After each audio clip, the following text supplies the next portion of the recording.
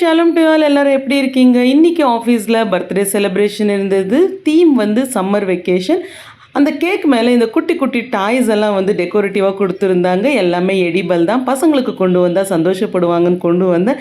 ரொம்பவுமே என்ஜாய் பண்ணாங்க. அது அவங்க சாப்பிட்றத பார்த்து நானும் அப்படியே ரசிச்சுட்டு உக்காந்துட்டேன். லேட் ஆகிடுச்சு. என்னடா டின்னர் பண்ணலான்னு கிச்சனுக்கு போய் பார்க்கும்போது மதியம் வடித்த சாதம் இருந்தது.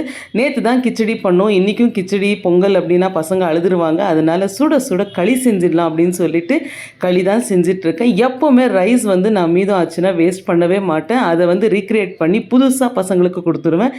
கறி குழம்பு எப்படி எல்லாருக்குமே பிடிக்கும், கறி குழம்பை மிஸ் பண்ணுவோமோ அதே மாதிரி வந்து எங்கள் வீட்டில் கீரை குழம்பு வந்து கொஞ்ச நாளைக்கு செய்யலைன்னா ஏதோ மிஸ்ஸிங் அப்படின்ற மாதிரியே இருக்கும். களிக்கும் கீரைக்கும் செம்ம காம்பினேஷன். நைட்டில் சாப்பிட்டு படுத்தா சூப்பராக தூங்கலாம். அண்ட் ரைஸ் வச்சுருந்தேன் இல்லையா, அதுக்கு தொட்டுக்க இந்த மாதிரி கார குழம்பு ஊற்றி கரண்டி ஆம்லெட்டோட டின்னர் முடிச்சாச்சு. தேங்க்ஸ் ஃபார் வாட்சிங்.